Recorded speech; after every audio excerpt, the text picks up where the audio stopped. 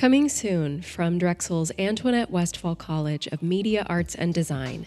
You could call it creative or you could call it disruptive. There's different ways of thinking about it. Iterations, a podcast exploring how the disciplines of design, media, entertainment, and the arts shape the world we share. The way that each of us store who we are, whether we're cognizant of it or not, is through our bodies. Maybe it wasn't a formal research program, but again, it was research.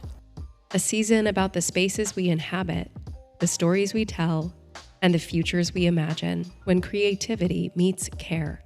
And that was all about building community and about figuring out how to talk about, integrate climate justice into curriculum. In season 1, we sit down with dancers, designers, filmmakers, musicians, and artists who are rebuilding the world from the inside out, challenging what health is and what it could be. When she told me she was a makeup designer, I asked her if she could make me look 85. From embodiment and movement to the politics of the built environment to disability frameworks and the power of representation, these conversations trace the pulse between art and well-being. It takes a toll.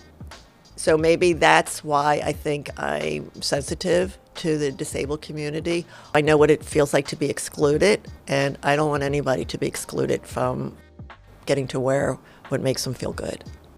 This season isn't about answers. It's about openings, new ways of seeing and sensing the world around us. I began traveling throughout the U.S. and Canada for nearly 4 years in the guise of an elder to see how it felt.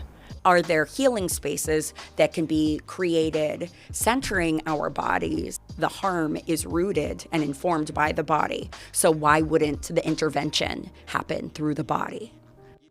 Join us for Iterations, Creative Research in Motion, Season 1, where creativity becomes a catalyst for equity, and the next version of the world is always in progress.